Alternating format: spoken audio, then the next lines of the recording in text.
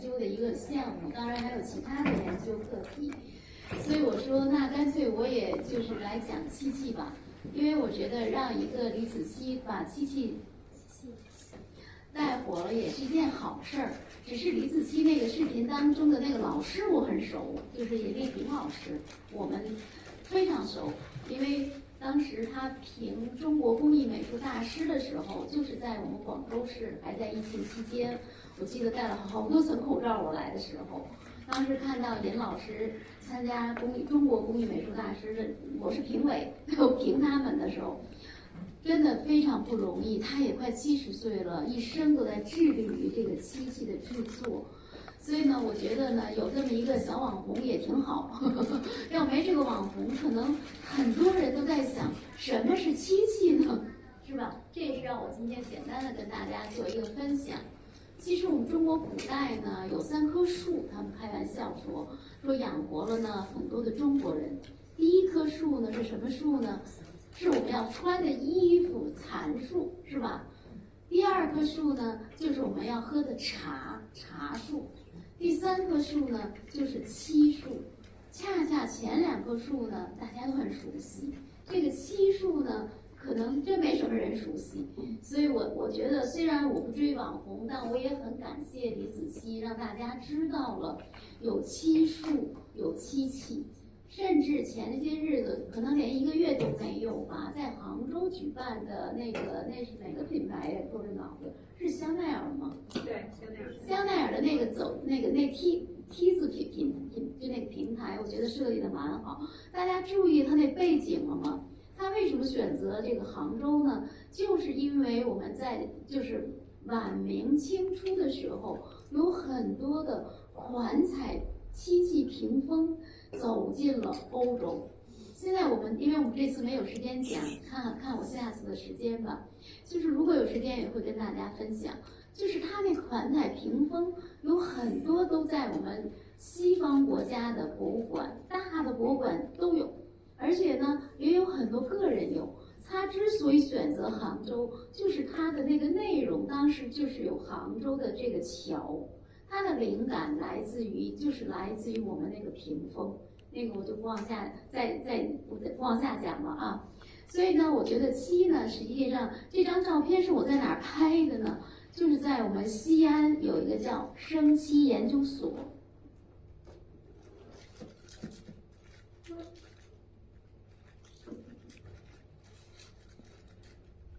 西安生漆研究所呢，它的院子当中呢，还专门种了几棵这个漆树。当然了，这个漆树呢还不能割漆，漆是什么时候能割呢？实际上呢，它要长到就是8、9年左右才能割它的。它这生漆呢，割出来呢是什么颜色呢？是乳白色。说实话，我虽然研究漆器，我到现在没有勇气去参与这个割漆术。我们有的老师去参与了，大部分人都会肿起来，我也很害怕。就是它会肿完之后，它会慢慢的消肿，可能你再去割漆术就没事了。而且大漆呢，实际上呢，最早是作为粘合剂，它作为粘合剂来粘贴东西的。后来我们的祖先发明了这个大漆器呢，其实呢就是用这个天然大漆去调和一些很多的其他的颜色，它才能使用，对吧？所以所谓的漆器呢，它得有个摊儿啊，是吧？我们最早呢都是用木头，都是就地取材，是吧？中国人的传统嘛，就地取材。而且我们漆器的历史呢，最早我学的时候，在40多年前。它也都是发源地，都是我们今天的浙江。我有时开玩笑说，哎呀，我说你们浙江人好卷呀，自己跟自己卷。因为我们学的时候最早的是，你看很多书的记载，就是应该15年前吧，出版的漆器图录啊、漆器的著作呀，它都会写它的漆器的这个发源最早的时间呢，是我们浙江余姚。河姆渡有去过余姚的吗？余姚的河姆渡遗址，它出土了一个漆碗，那个漆碗的摊儿就很厚，外表呢刷一点点的漆。这件东西呢就在浙江省博物馆保存着。再过了一段时间呢，我们为什么说它的历史会往前推呢？就是因为我们非常感谢考古。如果没有考古的话，我们学习其实也是很难的，所以就有了跨湖桥遗址。跨湖桥有人去过吗？我隆重推荐这个博物馆，这个博物馆很美。你听这个名字跨湖桥，它在浙江的郊区，它实际上就去，大家知道浙江那个机场不是很远吗？它就在去萧山的路上，对，就是有这个机场，就有这个机场的路上就有这个博物馆。这个博物馆就是建成了一座像一个船一样很美的一个博物馆。所以呢，我们当时七七历史又推到了跨湖桥遗址，他们出土了那个七公。没过多少年，这个七七的历史又往前推了，就是他们的这个井头山遗址就出现了，就是我们今天要说的这个地方。这个地方我还没有去过，他们出土的那个东西就很早啊，所以呢，现在七七的历史已经推到了将近8000年前，一直从8000年前到今天，一直有很多人还在使用。所以大家会问个问题：这个漆器有毒吗？其实真没有。我们的邻居就是日本嘛，是吧？如果去过日本的人，你就发现日本比较高级的餐厅，它的餐具它不用瓷器，它全部用的是漆器，大漆。大漆就是无毒无味嘛，无毒无味，而且呢防腐，它主要防腐做得非常之好。所以我们古代很多，比如说这是实话实说了，咱就你比如说像那些帝王，他死之后的棺材全部用大漆，因为它能够保存的比较好嘛，所以它能够经历了几千年。像我们去湖南省博物馆是吧？有去过湖南省博物馆的吗？我们去湖南省博物馆看那个老太太，我经常跟他们开玩笑，我说你看一个老太太也养活了湖南省博物馆这么多人。我们也很感谢皇帝，我们明清2代皇宫也昨天我还以为今天是冬至，今年的冬至好像提前到21号了，所以昨天看到很多的视频都在拍故宫博物院的那个正大光明匾。确实是在冬至的那天，但我相信今天也可以。在冬至的那天下午，会有一缕阳光照在这个正大光明匾，会有很多的人就是蜂拥而至，说那前头都挤成人堆了，都在照。但看到很多的视频，但我相信今天也应该有，这几天应该都有。它只是这个阳光的照射的角度问题。所以呢，我说呢，就是说，像那些个棺木啊，大家可以去参观，我们很多都有。大家有时间的话，可以走出去，不光是来深圳哈，来这个我们要学漆器呢。其实早期的漆器呢，就是在这个湖南、湖北两湖地区啊。我刚才说呢，我们今天的漆器历史已经推到了7800年到8000年，我们漆器一直到今天。今天呢，说实话，漆器它有2个发展高峰，一个高峰呢就是我们的战国秦汉500年，第2个高峰呢就是元明清500多年，元明清加起来距今天已经有700年的历史了，所以呢，它实际上中间呢它都是缓慢发展。它为什么缓慢发展呢？就是因为我们大家知道，一个东西的兴起一定是跟它的什么相关呢？受众群。对吧？如果没有受众群，你说怎么可能呢？它跟古代跟今天一样啊，它也卖不出去啊。就是因为中间有了瓷器的兴起，瓷器就是上帝又赏给我们一把土，是吧？这把土又养活了我们这个大地的多少亿人，到今天就已经14亿人了。其实你现在想想，你家用的餐具应该最多的是什么？瓷器，对吧？第2可能是玻璃，是吧？玻璃制品也走进了我们很多寻常百姓家。第3，你现在想想是什么？其实可能就是跟我们饮食相关的，就是可能我觉得就再有条件的一点的，就是木器，是吧？很好的木器，比如筷子，很好的木器。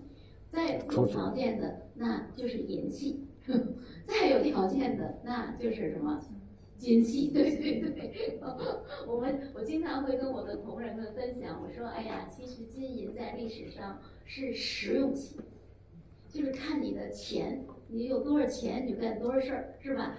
其实漆器也一样，漆器在清代它是一个非常大发展。等我有时间嘛，看看我的时间，如果有时间，我这次讲宋元，下次可以专门讲明代，再下次讲清代，也就可以大家就能捋出来了这条发展脉络。所以呢，但是漆器整个发展呢，这个8000年的历史，今天也有很多在做漆器的，你比如就说李子柒，他其实就是在跟我们成都的尹丽萍尹老师他们在学习。我那天还真是说实话，那视频是我听的，我没有看，我太忙了。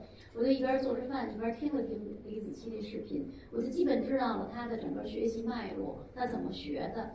其实那个非常之难，那个除了你有这个愿望，你还得有一双灵巧的手，是吧？还有需要什么？需要一个审美，这个就更难了。这是我们所有的工艺品、艺术品最难的，就是审美。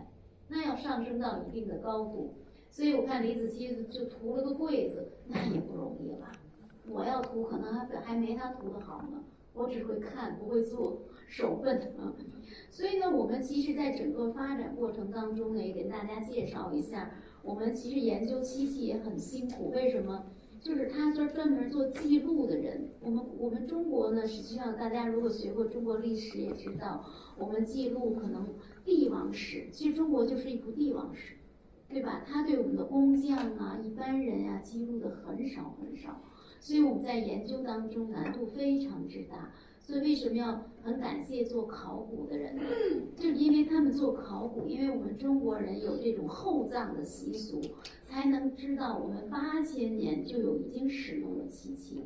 如果中国人没有这种厚葬的习俗，我估计也知道不了，是吧？你根本不知道过去是什么样子。所以我们研究过程当中呢，只有这本《漆经》，就是5代时期的。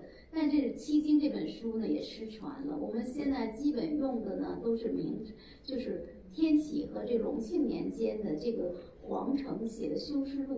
这本书非常难懂。我从走进这个85年，我走进故宫博物院就读这本书，我现在也没读完。为什么？它很多都很晦涩难懂。所以呢，其实非常感谢一个人，就是王世襄先生。王世襄先生，哎呀，非常遗憾如果他当时要是不去他好像进了一段大牢吧。进大牢是因为什么原因？我现在忘记了具体的。他要是在故宫坚持下来工作，那么他这本书会写得更好。因为《修饰录》这本书写了很多的漆器品种，比如说它分作14大类，有100多个漆器品种。但是你这100多个品种，你必须要找到实物啊！你光看文字根本不知道他说的是什么。所以呢，他后来就离开故宫。他这本书应该是从50年代就开始陆陆续续写，一直到80年代才出版。就是他的这本，就是他那本书叫《修饰录解说》。其实他这本《修饰录解说》呢，也是我们研究漆器的人呢，都是怎么说呢？就是经典之作，都必须要学习的啊。所以呢，我们研究漆器第一本书读的就是王先生的这个《修饰录解说》，也很难懂，非常难懂，但是已经比《修饰录》好很多了。第3个要跟大家分享的，也让大家对故宫有一个简单的了解。其实故宫呢，收藏漆器呢有将近2万件，这2万件呢主要集中在明清2代。因为明代呢，我们说嘛，紫禁城是明清2代的皇宫，而且呢有24位皇上在这里头生活和办公，是吧？而且也是当时的政治中心，就是我们今天的养心殿。是吧？养心殿那个地方，它不光是住在后殿，我老说它是后殿前场也是，是吧？这人住在后面，在前面办公。所以呢，其实我们收的漆器大部分都是这样明代跟清代他们自己制作的，而且他们有庞大的皇家工厂，他们的皇家工厂就是为他们来制作所有的就是生活当中用到的东西。所以我们看到的，你看这些个数字呢，就是这些就是我们的这个，就是我们自己。你看我们早期这些东西呢，都是新字号的。新字号就是我们1949年之后进入故宫博物院的。这个固字号的量是很大的，大家可以看16000多件。这个件数呢，就是我们1949年之前，它已经在紫禁城待着了。所以你看，我们元代的东西都很少，明代这个量看上去不多，但已经是全世界最多的，就是集中在故宫博物院。当然，清代的量最大。刚才我已经顺便讲了，你看我们民国跟当代都很少。我们这当代其实就是我们的今天的中国工艺美术大师甘尔可先生，他给故宫捐献了3件。我们一般情况下不要新的，但是呢，中国工艺美术大师的是可以的，基本上，如果你没有中国工艺美术大师的这个 logo 吧，也是个头衔吧，身份和地位嘛，因为它代表了，因为故宫这么大的一个故宫博物院，因为我们有186万件文物，大家想想，我们并不是说不要，它得投入多少的时间跟精力，你看，时间、精力、人力、财力。来好好的保管它，对吧？多大的，你想多少库房，是吧？放下这186万件文物，所以每天都很辛苦，故宫的人都跟打仗一样，每天上班也是。所以呢，让大家做一个简单的了解。其实我为什么没有讲前面的呢？就比如说战国秦汉，战国秦汉其实还真的不是我的擅长，我能讲，但是我觉得我们擅长的呢是后半部分。我们前半部分我刚才说了，前半部分的东西主要集中在哪里呀？湖北、湖南，就是你看湖北呢是战国的漆器比较多，湖北省博物馆还有荆州博物馆。湖南呢就是汉代。刚我们说嘛，老太太啊，70年代，我特别小的时候我就看过那纪录片。我给我吓得我这样说实话，非常害怕，就心里都有阴影。后来长大了那会儿就去湖南省博物馆，还是有点阴影心里头，因为特别小，就那纪录片，可能我们在座的可能比我年纪大的应该不多，我看，所以那个纪录片应该那个他们是1972年前后出土的吧，应该是。在湖南省最近又建了新馆我没有再去。实际上呢，我们如果想听前面的呢，以后因为我们这个讲坛是跟故宫合作的，那个我们之前在湖南省博物馆有个老师对前面研究的非常之好，就是我也基本上也跟他经常开玩笑，我说那宋以前归你研究啊，宋以后我再研究。我们看看，我们宋代其实已经，我简单的罗列了一下，已经有这么多的漆器品种了，我就不念了，我会分别介绍。宋代出土漆器的地方非常之多，它实际上呢主要是墓葬和这个佛塔。比如说我们深圳这边好像比较少，就是我们比如说主要集中在就是长江那一段，长江中下游。比如说我们主要是像就是那个常州、无锡那边非常之多，它的宋墓，还有杭州。大家知道宋代之所以今天的南方能够发展的这么好，宋代真的是一个标志性的时间点，就是南宋将都城迁到了杭州，所以我们杭州这边就是长江以南迅速发展，是吧？我们过去一说发配一个人都哪儿去了，是吧？都上这边来了，是吧？发配你的。比如说我们知道苏东坡。苏东坡一发就去吧，那就给你发哪儿去了？海南、惠州。所以我们小的时候，因为我是北方人嘛，我们小的时候都说南边叫蛮夷之地。现在看，我觉得北方倒像蛮夷之地，就是思想比较僵化。其实比较发展比较好的还是长江以南。长江以南就是南宋迁都到杭州是太重要的一个时间点了。因为大家知道北宋在哪里啊？北宋在哪里？开封，对吧？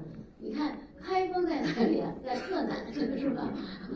我经常说嘛，我们河南、河北呀、什么怎么说呢？总体来说，山东、山西、陕西，还有包括像甘肃啊、宁夏呀，包括新疆啊，包括东北这3省啊，其实总体来说，我们这个分界线很重要，它就是一个长江是这个分界线嘛，长江以南以北，其实大家的思想意识啊完全不一样。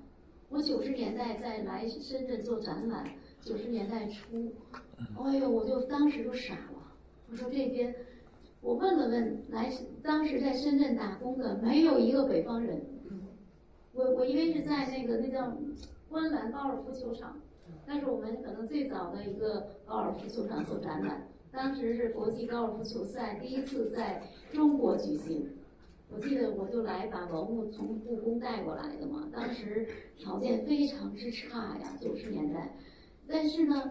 我就发现这边的经济非常活跃了已经，而且在那观澜高尔夫球场工作的小年轻人，我没事干，我把展览布陈完了，我就天天没事了，就得去展场盯着，我就跟那些小年轻人打交道聊天儿。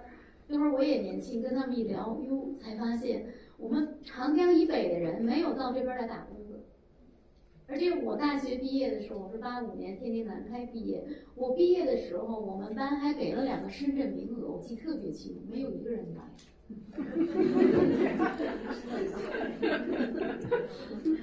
都觉得啊，深圳哪里？现在想想很好搞笑，所以我说人要腾飞，人要发达，国家要发达。我们其实这儿太重要了，是吧？这儿不进步哪儿都不行。所以我们看整个宋代漆器，它是遍地开花，就整个的，就是整个中国大地几乎都有出土的，出土的还非常多。但是呢，我们可能不做研究呢，就可能知道的少，这都没关系的。因为这个太专业了，我觉得，而且它的做这个漆器的胎质呢也比较多。它除了我们现在也是一样，我们除了竹摊儿，除了木摊儿，就有竹摊儿，还有瓷器。因为我们瓷器上也有，到现在也特别多了。瓷器上用大漆来修饰，比如说我们喝茶的紫砂摊儿，大家知道我们现在如果玩紫砂的人都追求的一些个，比如说那些个紫砂的名家呀什么之类的，有很多，它外面都在修大漆。就是为什么修呢？就是它可能是摊儿坏了呀，有裂了，他不舍得扔，他就觉得一定要给它修大漆，给它做好。现在有人也专门做，还有夹柱摊儿，夹柱摊儿就是一个空心的摊儿。所以呢，我觉得就是这些个工艺，实际上宋代呢已经发展的非常之好了。我们宋代呢，除此之外，我先让大家可以欣赏欣赏，我找了一些个图片，它这些个素修漆。